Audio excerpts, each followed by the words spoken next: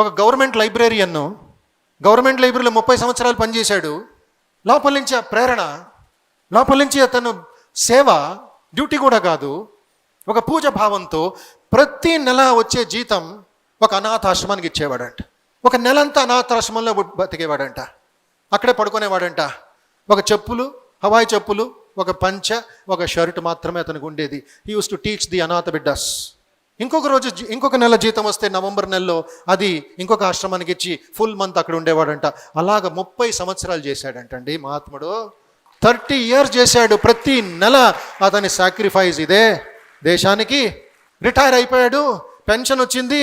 ఆ పెన్షన్ కూడా ఇంకొక 2 అనాథాశ్రమాలకి విరాళం ఇచ్చేశాడు. అక్కడే జీవిస్తున్నాడు. ఇప్పుడు అక్కడే తింటున్నాడు.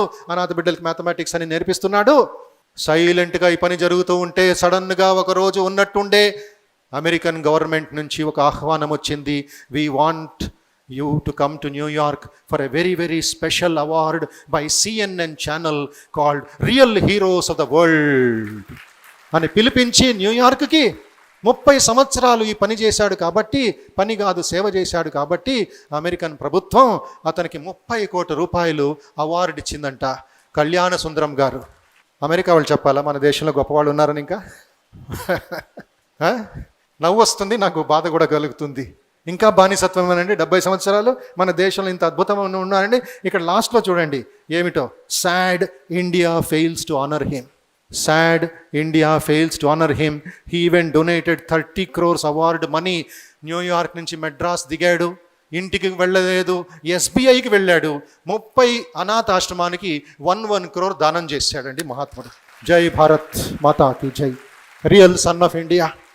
ఒక తమిళనాడు న్యూస్లో ఇది ఫ్లాష్ అయిన తర్వాత మన గ్రేట్ రజనీకాంత్ గారు, కబాలి హీరో గారు, ఆయన్ని ఇప్పుడు గాడ్ ఫాదర్గా అడాప్ట్ చేసుకున్నారంట. అప్పా you are my real father అని రజనీకాంత్ చెప్పి తిరునల్వేలికి వెళ్ళి రిక్వెస్ట్ చేశారంట. అప్పా నాన్నగారు చాలా టైర్డ్ అయిపోయారు, 79 సంవత్సరాలు ఆయనకి, దయచేసి చెన్నైకి వచ్చి నా ఇంట్లో కొంచెం రెస్ట్ తీసుకోండి అప్పుడప్పుడు అని చెప్తే, Kalyan Sundaram has got the guts and the confidence and the fearlessness to tell, if I am your father, the son should come and stay with the father. I want come to Chennai, you come and stay with me. అదంటి ధైర్యం అంటే, అదంటి సేవ అంటే, త్యాగం అంటే. అప్పుడు ఆయన మాటని మన్నించి ప్రతీ నెల రజనీకాంత్ తిరునల్వేలికి సైలెంట్గా చెప్పకుండా వెళ్ళి అక్కడ అనాథ బిడ్డలకి కొంచెం మాటలు కొంచెం యాక్టింగ్ నేర్పించి మళ్ళీ మండే మార్నింగ్ సైలెంట్గా వచ్చేస్తాడంట. That is how he is repaying the gratitude to his father.